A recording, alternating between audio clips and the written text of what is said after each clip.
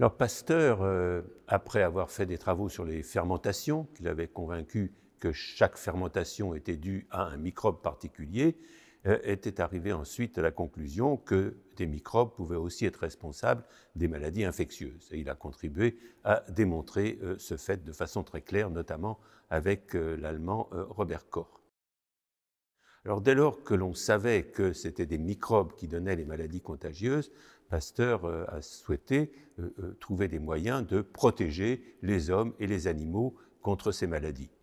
Une première approche très importante a été le développement de l'hygiène qui avait pour objectif de nous empêcher d'être contaminés par ces microbes donneurs de maladies. Cela dit, l'hygiène n'était pas tout et on était quand même parfois infecté. Et Pasteur a recherché des moyens pour nous rendre résistants à ces microbes, à ces maladies. Or, il se trouve que à la fin du XVIIIe siècle, un Anglais qui s'appelait Edward Jenner avait trouvé un moyen de protéger contre une maladie très répandue et qui était très souvent mortelle, la variole. En effet, il avait constaté qu'il existait chez les vaches une maladie bénigne ressemblant à la variole, et lorsque des vachères trayaient ces vaches, qui avaient des pustules dues à cette maladie qui s'appelait la vaccine, attrapaient donc cette maladie bénigne, et bien ensuite elles étaient protégées lors d'épidémies de variole. Donc Jenner s'est dit peut-être que si l'on communique la vaccine des vaches à des enfants, ils seront ensuite protégés contre la variole. Et c'est effectivement ce qui s'est passé. Et d'ailleurs, ça a permis donc la vaccination générale de la population et aujourd'hui, il n'y a plus de variole. Alors, Pasteur connaissait ces travaux de Jenner et qui avait compris, contrairement à Jenner, que les maladies contagieuses étaient dues à des microbes, s'est dit, eh bien, la variole doit être due à un microbe et la vaccine pourrait être une forme atténuée de la variole, donc ça pourrait être une forme atténuée du microbe de la variole. Et il s'est dit, si c'est vrai, à ce moment-là, on pourrait peut-être trouver des formes atténuées de microbes donnant d'autres maladies, et ainsi on pourrait protéger contre ces autres maladies en inoculant le microbe atténué. Il a démontré qu'effectivement c'était le cas avec des maladies animales, il y avait le choléra des poules et le charbon en particulier, où il a pu obtenir des formes atténuées des microbes causant ces maladies et montrer que l'inoculation de ces formes atténuées protégeait contre les formes virulentes. Alors ces résultats ont convaincu pas mal de ses contemporains de la validité de cette théorie d'utilisation de microbes atténués pour protéger contre des maladies virulentes, mais parmi ceux qui n'étaient pas convaincus, c'étaient les médecins.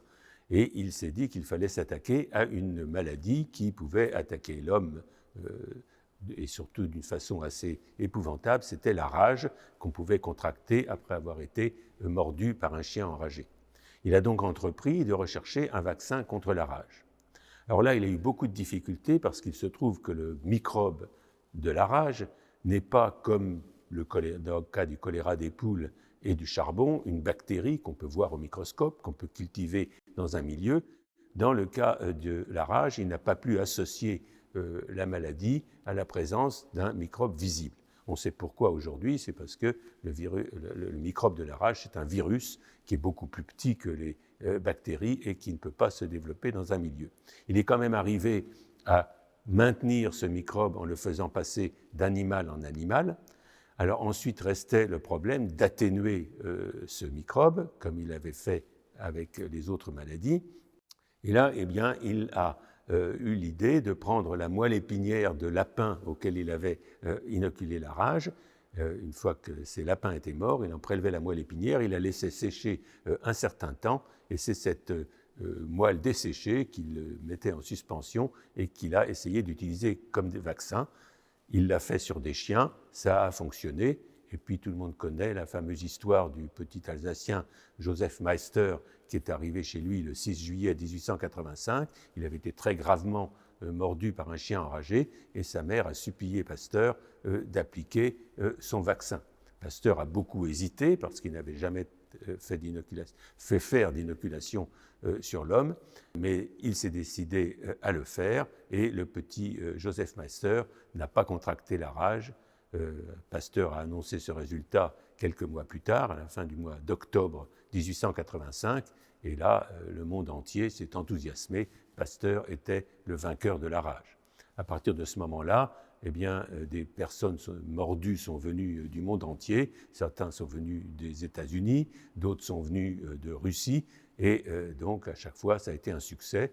Et quelques mois plus tard, c'était le 1er mars 1886, Pasteur a annoncé qu'il avait traité 350 personnes mordues avec un seul échec. Et à la suite de cela, l'Académie des sciences, devant laquelle il annonçait ce résultat, a décidé de lancer une grande souscription internationale. Et celle-ci, qui a eu un grand succès, a permis l'édification de l'Institut Pasteur. Donc ces travaux de Pasteur sur les vaccins animaux et sur la rage ont en fait ouvert la voie à la fabrication d'un grand nombre de vaccins qui ont permis de sauver l'humanité d'un grand nombre de maladies mortelles.